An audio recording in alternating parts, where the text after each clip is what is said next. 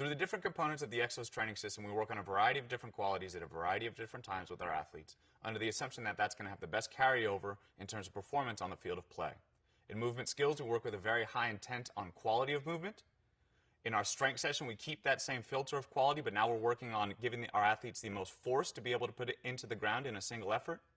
And now in ESD, what we want to do is take both of those efforts and marry them together. The high force potential from the strength session, married with the high quality potential from our movement skill session, into and through the lens of time. So now we're able to express a high level of force with a high level of quality for a long period of time. ESD is how we do this, and this is what we're going to talk about in this presentation. As we go through, a couple things that we want to talk about. We're going to discuss the differences between traditional cardiovascular training and energy systems development.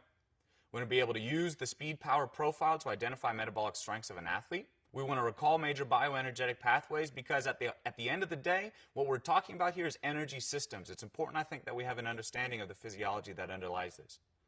And finally, we want to understand how to target specific metabolic qualities by manipulating the variables of time and intensity. And when we get into our application presentation, we're going to talk a lot about how to change these variables to get the adaptations that you're looking for within your athletes.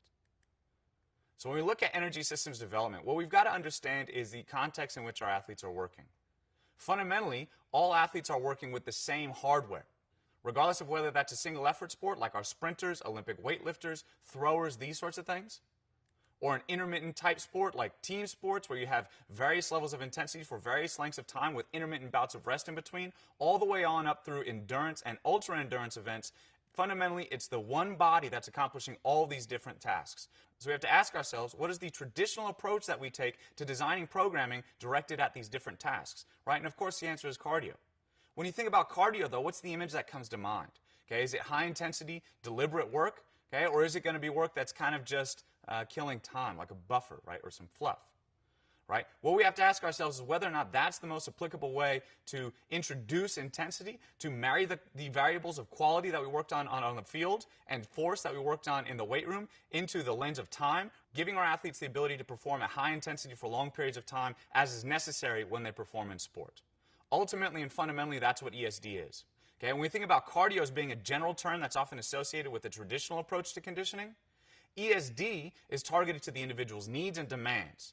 Each session is tailored to elicit specific training responses and develop the metabolic infrastructure required to achieve success. So you're not just looking at, okay, go get on the elliptical for 20 minutes, right, and kill some time. With our athletes that need to lose weight, we're not just thinking about getting a bulk of time out on different pieces of cardio equipment. ESD works like a key in a lock. In order for that key to work in that lock, it's got to knock all the pins and tumblers in the right combination. And if it doesn't turn the lock. When we put together our ESD training programs, what we're doing is knocking those pins and tumblers, raising where necessary, depressing where necessary, so that we're able to turn that lock, ultimately getting the right combination.